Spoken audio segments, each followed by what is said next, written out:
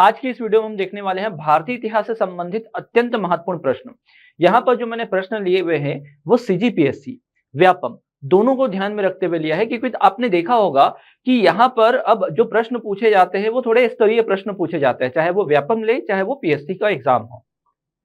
यहाँ पर आने वाले जो भर्ती एग्जाम है, खासकर सहकारिता, राजस्व विभाग, पटवारी, हॉस्टल वार्डन, इन सबको भी ध्यान दिया गया है और प्रश्नों का उत्तर भी वैसे ही रखा गया है।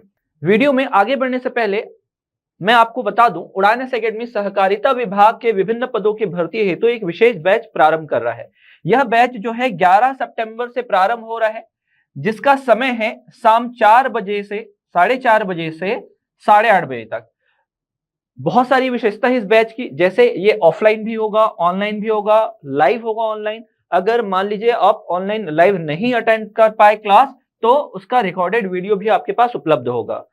ये जो सुविधा है, ऑफलाइन जो स्टूडेंट होते हैं उनको भी ये सुविधा मिलती है। किसी दिन किसी कारणवश अगर वो नहीं आ पाते तो वो लाइव देख सकते हैं घर से, या तो रिकॉर्डेड वीडियो भी देख सकते हैं। अधिक जानकारी के लिए नीचे दिए गए नंबर पर आप संपर्क कर सकते हैं। नंबर दिखा हुआ है आपको 8120234424। इन नंबरों पर क्या करें, आप मैसेज कर सकते हैं। बैच संबंधी जानकारी प्राप्त करने के लिए ज्वाइन सहकारिता बैच ऐसा करके आप मैसेज कर दें, आपको तुरंत उसका लिंक मिल जाएगा।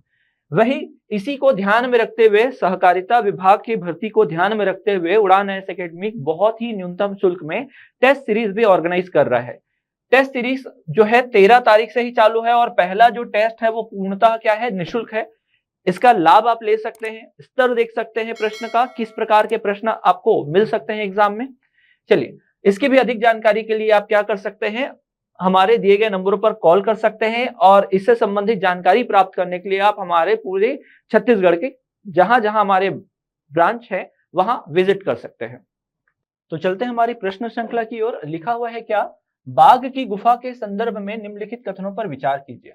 बाघ की गुफा महाराष्ट्र के नासिक जिले में है, ऐसा नहीं है। ये जो बाघ की गुफा है ये आपको मिलता कहां पर है, मध्य प्रदेश में। बाघ की गुफा में आपको क्या मिलता है कि शैलचित्र मिलते हैं, चित्रकारी मिलती है। इसके अलावा ये जो है बौद्ध और जैन और हिंदू धर्म से भी संबंधित है थोड़ा। इस गुफा का निर्माण गुप्त काल में हुआ, ये सही है। तो आपको क्या देखना है, सही कथन बताना है। तो इसमें से जैसे कि मैंने आपको कहा, सही कथन जो है केवल सेकंड है, तो सेकंड क्या हो जाएगा, इसका सही कथन हो जाएगा। अगले प्रश्न को देखते हैं। अगला प्रश्न लिखा हुआ है, निम्न कथनों पर विचार कीजिए। गुप्त काल में कन्नौज सर्वाधिक महत्वपूर्ण व्यापारिक केंद्र था।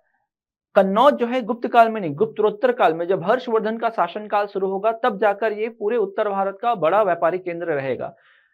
केवल 40 वर्षों में ही हर्षवर्धन इस क्षेत्र का इतना विकास करेंगे जितना 1000 वर्षों में पाटलिपुत्र का हुआ था।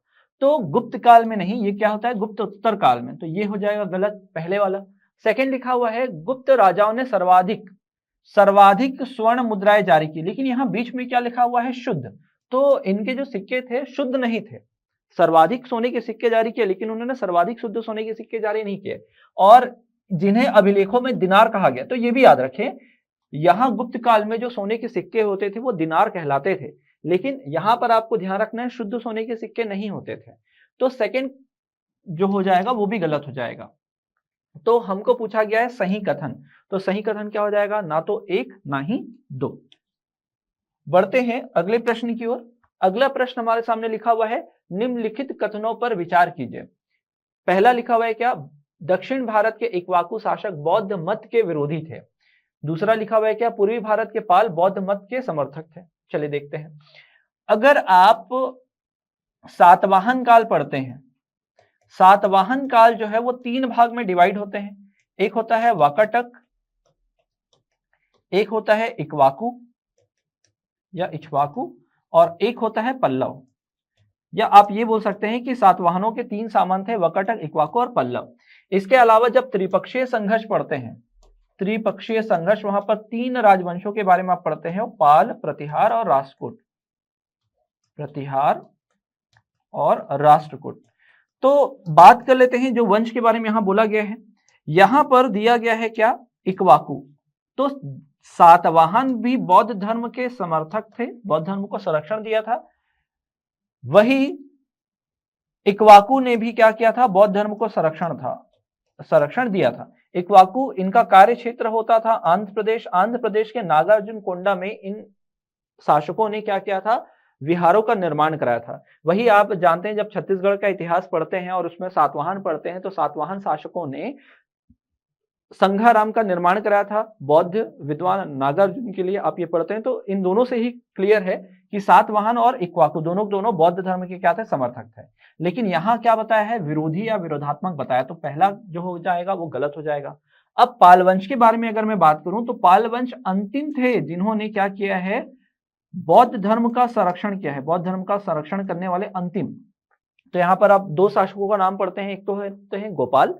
गोपाल का नाम जो है वो उदंतपुरी विहार के साथ जुड़ता है जो बंगाल में है, बिहार में है। और दूसरा जो है धर्मपाल नामक एक शासक आएंगे जो दो विहारों का निर्माण कराएंगे। एक तो विश्व प्रसिद्ध कौन सा, विक्रमशिला, और दूसरा जो है सोमपुरी विहार। सोमपुरी विहार जो होगा वो बंगाल में और विक्रमशिला जो होगा वो बिहार में होगा। तो सेकंड वाला सही है। तो आपको बताना है सही कथन, तो इसमें केवल क्या है, केवल और केवल सेकंड सही है। और देखिएगा यहां पर इतना डिस्क्राइब करके बताने की जरूरत ये है क्योंकि आने वाले समय में 1 महीने के बाद आपको 2-3 एग्जाम देखने को मिल सकते हैं। एक का तो डेट भी आ गया है 15 अक्टूबर, जिसमें आप देखते हैं सहकारी विभाग का एग्जाम होगा। तो उसको ध्यान में रखकर मैं कुछ एक्स्ट्रा चीजें भी बता रहा हूं, नहीं तो मैं सीधा आंसर भी आपको यहाँ पर डील कर सकता हूँ। आगे देखिएगा अगला प्रश्न क्या है, सिंधु घाटी सभ्यता से है। तो एक तरफ स्थल लिखा हुआ और दूसरी तरफ क्या लिखा हुआ है, नदियों के नाम लिखे हुए हैं। तो जैसे कि आपको पता है सिंधु घाटी सभ्यता में मोहनजोदड़ो जो है सिंधु नदी के किनारे है, लूथल जो है वो भोगवा नदी के किनारे है, हड़प्पा जो है वो रावी नदी के किनारे है, और कालीबंगा जो है वो घग्गर नदी के किनारे है। तो फर्स्ट में 4 कहाँ दिख रहा है, एक ही जगह दिख रहा है बस। फिर उसके बाद ए का, बी का 2, सी का 3 और डी का 1 सही है। कई बार क्या होता है, नदियों की जगह आपको हो सकता है किस राज्य में है ये भी पूछा जा सकता है, या स्थल में है ये भी पूछा जा सकता है, ध्यान रखिएगा। अगला प्रश्न क्या दिया हुआ है, महाजनपद और आधुनिक क्षेत्र, ये बताना है आपको। तो देखिएगा कौन कौन सा क्षेत्र है। हाँ बिल्कुल, मगध जो है पटना, आज का गया वाला क्षेत्र जो है मगध साम्राज्य के अंतर्गत आता है। वत्स के अंतर्गत आता है कौन सा, आपका इलाहाबाद। वत्स की राजधानी हुआ करती थी जिसका नाम था कौशंबी। वही कौशल की राजधानी जो है वो होता है श्रावस्ती, और वो आजकल कहाँ पर है, अवध में। और अवंती आज कहाँ पर है, वो मालवा में है। तो 1 2 3 4 ये एग्जैक्ट मैच कर रहा है। आप और यहाँ पर क्या कर सकते हैं, जो 16 महाजनपद हैं, 16 महाजनपद का नाम और उनकी राजधानियां भी याद करें। अगर क्वेश्चन को और टफ करना होगा तो लोकेशन वाइज भी हो सकता है, उसकी स्थिति के हिसाब से भी प्रश्न पूछ सकता है। कैसे पूछेगा कि उत्तर से दक्षिण जमाए, मतलब 4 आपको महाजनपद के नाम देगा, उसको बोलेगा उत्तर से दक्षिण या पूर्व से पश्चिम के रूप में अरेंज करके लिखें। ऐसा भी प्रश्न हो सकता है। अगला प्रश्न है, निम्न में से कौन सी बात बौद्ध धर्म तथा जैन धर्म में समान नहीं है ना। मतलब हमको क्या बताना है, अंतर है। अहिंसा, देखिए दोनों धर्म में अहिंसा पर बल दिया गया है। वेदों के प्रति उदासीनता, जी हाँ वेदों का यहाँ पर क्या किया गया है, विरोध किया गया है, तभी इनको क्या कहा गया है, नास्तिक।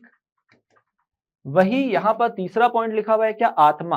तो बौद्ध धर्म जो है वो अनात्मवादी है, मतलब वो आत्मा पर विश्वास नहीं करते। और जैन धर्म आत्मा के अस्तित्व को क्या करते हैं, स्वीकार करते हैं। तो ये होते हैं आत्मवादी। आत्मवादी रीति रिवाज को अस्वीकृत, तो ये क्या हो जाएगा, अस्वीकृत किया था। यहां पर ये भी सही, ये भी सही। गलत कौन सा है, अंतर जो है वो है आत्मा को लेकर। नेक्स्ट देखते हैं नेक्स्ट क्वेश्चन की ओर। तो एक तरफ लिखा है क्या, बुद्ध के जीवन की 4 महत्वपूर्ण घटनाओं और उनसे संबंध 4 स्थानों का नीचे उल्लेख किया गया है। सूची 1 और सूची 2 करके दिखाया गया है, आपको सुमेल करना है। तो गौतम बुद्ध का जो जन्म हुआ था वो कहाँ हुआ था, लुम्बिनी, आज के नेपाल में। ज्ञान प्राप्ति कहाँ होती है, तो बोधगया। हालांकि उस क्षेत्र का नाम उर्वेला था, लेकिन उर्वेला में जब गौतम बुद्ध को ज्ञान मिलता है तो वो गया और बोधगया के नाम से जाना गया। ये सही है। प्रथम प्रवचन, तो प्रथम प्रवचन किनको देते हैं, अपने 5 शिष्यों को देते हैं। कहाँ देते हैं, सारनाथ में देते हैं। और प्रथम प्रवचन को धर्म चक्र प्रवर्तन के नाम से भी जाना जाता है, जहां इन्होंने अपने 4 शिष्यों को 4 आर्य सत्य का ज्ञान दिया था। जीवन देखो दुख है, दुख का कारण तृष्णा, तृष्णा के निवारण से दुख को दूर किया जा सकता है। और बोला गया क्या कि अगर तृष्णा का त्याग करना है तो आपको अष्टांगिक मार्ग का अनुसरण करना होगा। इसके अलावा इनका निधन अगर बात की जाए तो कुशीनगर में इनका निधन होता है 483 ईसा पूर्व में। तो देखिएगा 4 का 4 कहाँ मिल रहा है, यहाँ मिल रहा है। फिर उसके बाद थर्ड का 1 सेकंड का बी, तो ये हो जाएगा आपका आंसर। ठीक है, सी। अगला प्रश्न क्या लिखा हुआ है, ये भी गौतम बुद्ध और उस काल से संबंधित है। देखिएगा, वर्धमान महावीर की माता लिच्छवी नरेश चेटक की क्या थी, पुत्री थी? पुत्री नहीं थी, उनकी बहन थी और उनका नाम था त्रिशला। देखिएगा, थोड़ा थोड़ा में हम बहुत सारा गलत कर जाते हैं। ऐसे ही प्रश्न आपको एग्जाम में पूछेगा और हो सकता है आपको मिस्टेक हो जाए। चेटक की पुत्री का नाम रहता है चलन्ना और उनका विवाह होता है हर्यक वंश के शासक बिंबिसार से। तो ध्यान देना, तो पहला क्या हो गया आपका, गलत हो गया। गौतम बुद्ध की माता कोली राजवंश की राजकुमारी थी, ये बिल्कुल सही है ना, महामाया नाम था उनका। और बात करते हैं अगला, 13वें तीर्थंकर पार्श्वनाथ ने व्रत परंपरा, व्रत मतलब इन्होंने क्या किया था, अणुव्रत की शुरुआत की थी। और उसी अणुव्रत में एक पॉइंट और जोड़ते हैं और वो बन जाता है क्या, पंच महाव्रत। तो पंच महाव्रत की जो शुरुआत है वो किनके द्वारा की गई, महावीर स्वामी के द्वारा की गई थी।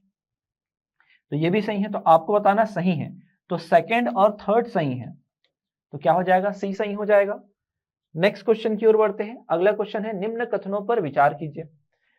पहला कथन लिखा हुआ है क्या, विजयनगर के शासक देवराय प्रथम ने अपनी सेना में मुसलमानों की भर्ती किया और उन्हें जागीरें प्रदान की, मस्जिद का निर्माण कराया। अब अगर आपको मेरा पिछला वीडियो याद होगा तो मैंने देवराय प्रथम और देवराय द्वितीय के बारे में थोड़ा बहुत बताया था। तो उससे ये वीडियो मतलब इससे ये क्वेश्चन को आप क्या कर सकते हैं, क्रैक कर सकते हैं। क्योंकि ये जो है मुसलमानों को सेना में रखना, मस्जिद बनाने की अनुमति देना, वो देवराय द्वितीय के द्वारा होता है, क्योंकि उनके दरबार में आते हैं कौन, अब्दुल रज्जाक। ये ध्यान रखें। तो पहला वाला जो है गलत हो गया। दूसरा क्या है, विजयनगर के शासक हरिहर द्वितीय ने बहमनी से गोवा, है ना, गोवा लिखा हुआ है, आप गोवा लिख सकते हैं, को छीना था, ये सही है। और इसमें क्या देखना है आपको, सही नहीं है, ध्यान देना आपको, ये सही है और पहला वाला सही नहीं है। तो आपको सही नहीं है पूछा है, तो जल्दबाजी में आप गलत मत करिएगा, क्योंकि आपका बना हुआ जो क्वेश्चन है उसमें भी आपको नेगेटिव मार्किंग आ सकते हैं। फिर आपको सही नहीं है तो केवल एक सही नहीं है, ये टिक करना पड़ेगा आपको। बढ़ते हैं अगले प्रश्न की ओर। अगला प्रश्न लिखा है, निम्नलिखित नामों को कालक्रम में व्यवस्थित करें और नीचे दिए गए कूट से सही उत्तर प्राप्त करें। अगर बात करें महमूद गजनवी की, तो ये लगभग 98 से लेकर इस समय तक भारत के आसपास संपर्क में रहेंगे। फिर अगर मैं बात करूं गौरी का, तो गौरी जो है 1175 में भारत के पहले मुल्तान का आक्रमण करेंगे और लगभग जो है 1206 के आसपास इनकी मृत्यु हो जाती है। वही चंगेज खां जो है लगभग 1215 से 20 के आसपास तक होते हैं इल्तुतमिश के समकालीन। और तैमूर लंग जो है वो 1398 में भारत पर आक्रमण करते हैं। तो अगर इनको कालक्रम से अनुसार जमाना है तो सबसे पहले तो गजनवी आते हैं, फिर कौन आते हैं, गौरी, फिर आते हैं कौन, चंगेज खां, और फिर आते हैं कौन, तैमूर। तो 2314 ऐसा कुछ है, बिल्कुल यहाँ है 2314। आपका सेकंड क्या हो जाएगा, इसमें आंसर हो जाएगा। थोड़ा बहुत टाइम आगे पीछे हो सकता है, लेकिन इस वे में आप क्या कर सकते हो, ऐसे प्रश्नों को सॉल्व कर सकते हो। अगला प्रश्न हमारे सामने लिखा है क्या, कृष्णदेव राय ने अमुक्त माल्यद काव्य की रचना तमिल भाषा में की है। अगर आपको ध्यान होगा, प्राचीन भारत में आप पढ़ते हो संगम काल दक्षिण भारत में, उसमें आप चेर चोल पांड्य पढ़ते हो, तो वहां पर संगम का अर्थ क्या होता है, तमिल साहित्यकारों का समूह, तमिल साहित्यकारों का समूह। लेकिन अगर विजयनगर की बात करें, विजयनगर की अगर मैं बात करूं, तो विजयनगर जो है वो तेलुगु साहित्य के लिए फेमस है। विजयनगर जो है वो जो है किस काल के लिए है, तेलुगु साहित्य के लिए।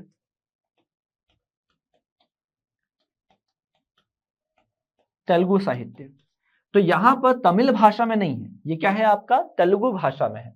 फिर वही दूसरा प्रश्न, विजयनगर के विरुद्ध दक्षिणी सल्तनत द्वारा बनाए गए महासंघ में बीदर शामिल नहीं था।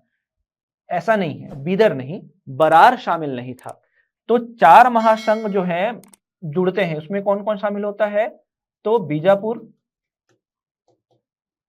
अहमदनगर बीदर शामिल होता है और गोलकुंडा शामिल होता है। गोलकुंडा कौन शामिल नहीं होता, तो याद रखना बरार शामिल नहीं होता, बरार शामिल नहीं होगा। और वो पूरा संघर्ष किसके साथ करते हैं, ये चारों मिलकर, विजयनगर के साथ, विजयनगर के साथ। और ये पूरा जो संघर्ष है वो जाना जाता है किस नाम से? तो तालीकोटा के युद्ध के नाम से जाना जाता है। तालीकोटा युद्ध 1565। तो दक्षिण भारत में तालीकोटा युद्ध चल रहा था, तो उत्तर भारत में शासक थे कौन? अकबर। ये भी ध्यान रखें, अकबर का जो टाइम पीरियड है 1556 से लेकर 1605 तक है। ठीक है, तो कुछ एक्स्ट्रा चीजें भी बता रहा हूं यहाँ पर। तो यहाँ पर बीदर बोला है, तो ये भी गलत हो गया, ये भी गलत हो गया। और यहाँ पर देखो सही नहीं है, तो दोनों के दोनों सही नहीं है। तो क्या हो जाएगा आपका आंसर? 1 और 2 दोनों सही नहीं है। अगले प्रश्न को देखते हैं। किस अभियान के समय अचानक बारूद में विस्फोट हो जाने के कारण शेरशाह सूरी की क्या हो गई? मृत्यु हो गई। शेरशाह सूरी सूर्यवंश के शासक या संस्थापक भारत में, और जिन्हें हम द्वितीय अफगान के नाम से भी जानते हैं। इनके बहुत सारे महत्वपूर्ण अभियान हुए। हुमायूं को इन्होंने 2 बार पराजित किया था, एक चौसा में और दूसरा बेलग्राम। बेलग्राम में हराने के बाद ये क्या हो गया? भारत से बाहर कर दिया किनको? हुमायूं को। और भारत में 1540 से लेकर 1556 तक सूर्यवंश की स्थापना हुई।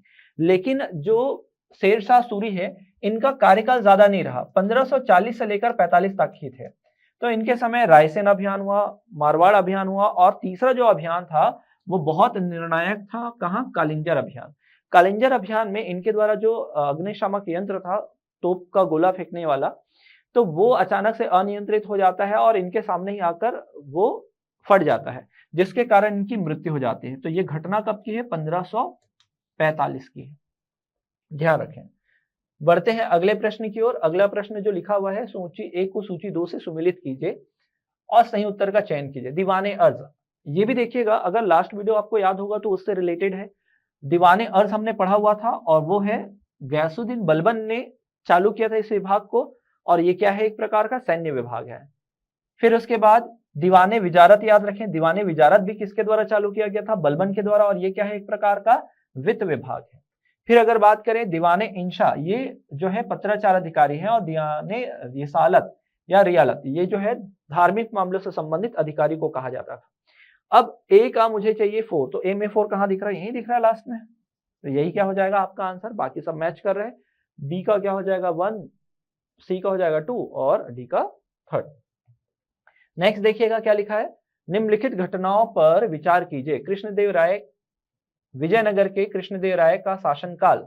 ठीक है, कृष्णदेव राय का शासनकाल अगर मैं बात करूं तो ये 1509 से लेकर 1529 तक का समय है। कुतुब मीनार का निर्माण, कुतुब मीनार का जो निर्माण है वो 1506 से 1510 में प्रारंभ होता है और 1536 तक बन जाता है, क्योंकि इल्तुतमिश का समय है। पुर्तगालियों का भारत आगमन जो है 1498 लेना है। और फिरोज शाह तुगलक की मृत्यु, तो फिरोज शाह तुगलक जो है लगभग 87, 85, 89 के आसपास, 1389 के आसपास उनकी मृत्यु हुई। तो आपको देखना है क्या क्रम से जमाना है। तो पहला हो जाएगा 2, फिर हो जाएगा 4, फिर हो जाएगा 1, फिर हो जाएगा आपका कौन सा, 4 के बाद क्या हो जाएगा 3, और इसके बाद हो जाएगा 1, 24, 31, 24, 31, ये आपका क्या हो जाएगा? सही आंसर हो जाएगा। बढ़ते हैं अगले प्रश्न की ओर। अगला प्रश्न हमारे सामने लिखा हुआ है, निम्नलिखित को कालक्रम के अनुसार जमाइए।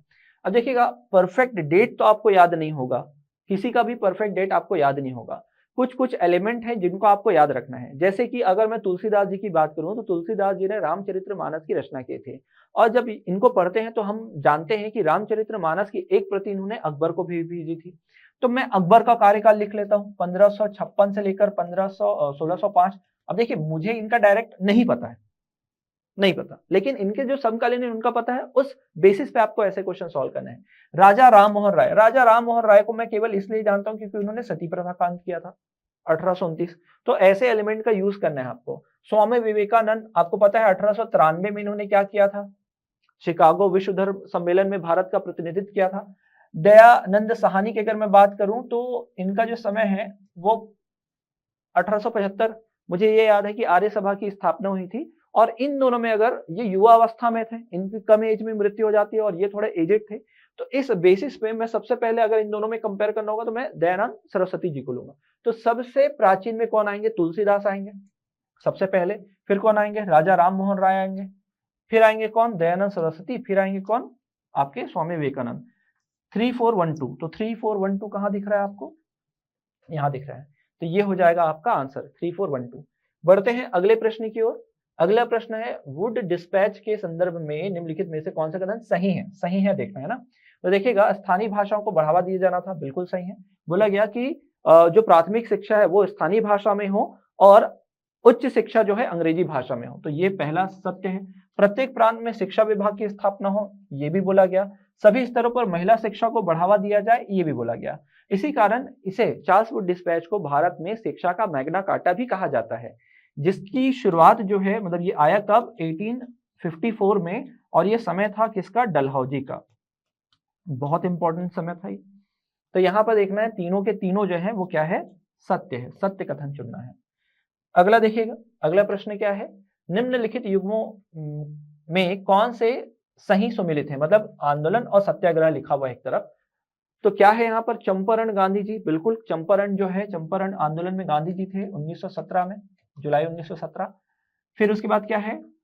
अहमदाबाद मिल श्रमिक मोरारजी नीम थे, यहाँ पर स्वयं गांधी जी भी आते हैं, भूख हड़ताल चालू करते हैं। गांधी जी पहली बार भूख हड़ताल का प्रयोग करते हैं कहाँ? अहमदाबाद में, भारत के भीतर। वैसे अफ्रीका में उनके द्वारा जोहान्सबर्ग में इसका प्रयोग किया जा चुका है। वही खेड़ा सत्याग्रह में वल्लभ भाई पटेल भी होते हैं, तो गांधी जी भी रहेंगे, वल्लभ भाई पटेल भी रहेंगे, तो दोनों रहेंगे। तो यहाँ पर जो है ये भी मैच कर जाएगा, केवल होगा कौन सा गलत? सेकेंड वाला। तो आप लीजिएगा 1 और 3। नेक्स्ट देखिएगा क्या लिखा हुआ है? सूची 1 को सूची 2 से सम्मिलित कीजिए।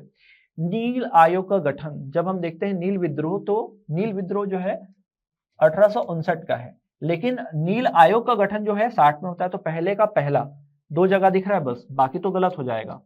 फिर देखिए है टेनेसी एक्ट, टेनेसी एक्ट जो है 85 में ही बनता है। डक्कन एक्ट ये भी सही है। बंगाल लगान अधिनियम ये भी सही है। तो 1 2 3 4 कहां पर दिख रहा है?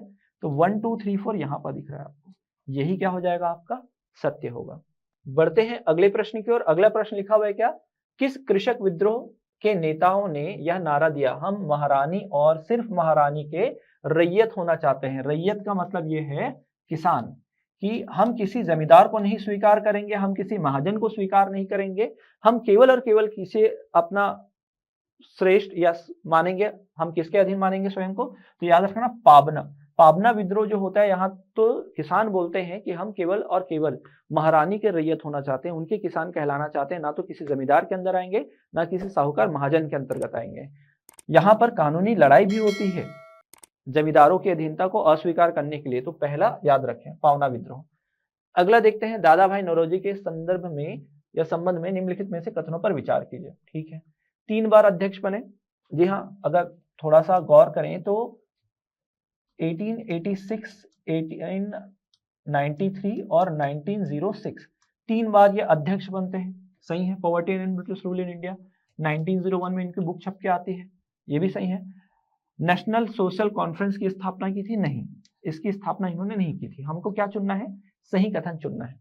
क्या चुनना है? सही कथन। तो 1 और 2 सही है, 1 और 2 क्या है आपका? सही है, ये ध्यान रखें। अब देखो 1 और 2 हमारा सही है, इसका मतलब क्या है? 1 और 2 जहां पर भी एक साथ होंगे वही हमारा आंसर है, यहां तो क्लियर भी था।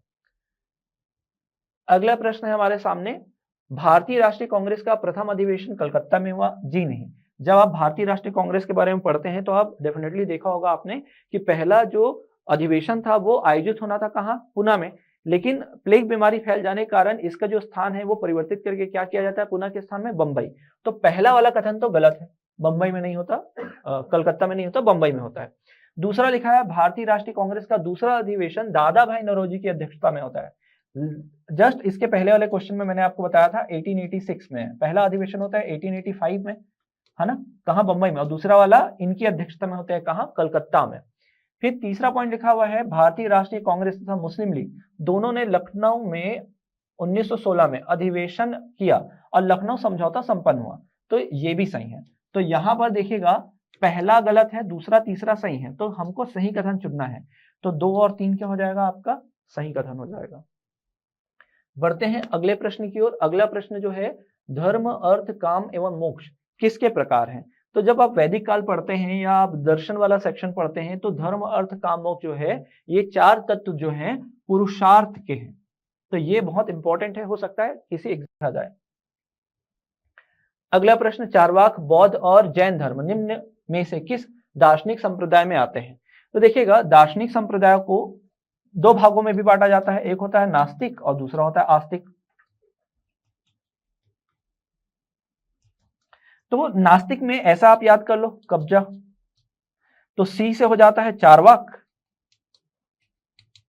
बी से हो जाता है बौद्ध, जे से हो जाता है जैन और ए से हो जाता है आजीवक। तो क्या दिख रहा है आपको, ये कौन से संप्रदाय में आ रहे हैं, नास्तिक संप्रदाय में। और नास्तिक का मतलब ये है, आप ये ईश्वर से मत जुड़िएगा, वेदों की प्रामाणिकता, वेद से जुड़े हैं, वेदों से जुड़े हैं। तो याद रखना, जो वेद को नहीं मानते वो नास्तिक, और वेद को जो स्वीकार करते हैं वो आस्तिक होते हैं। आशा करता हूं इस वीडियो में भी आपको बहुत सारी जानकारियां मिली होंगी। ऐसे ही महत्वपूर्ण प्रश्नों के साथ मैं आपसे मिलूंगा अगले वीडियो में। तब तक के लिए धन्यवाद।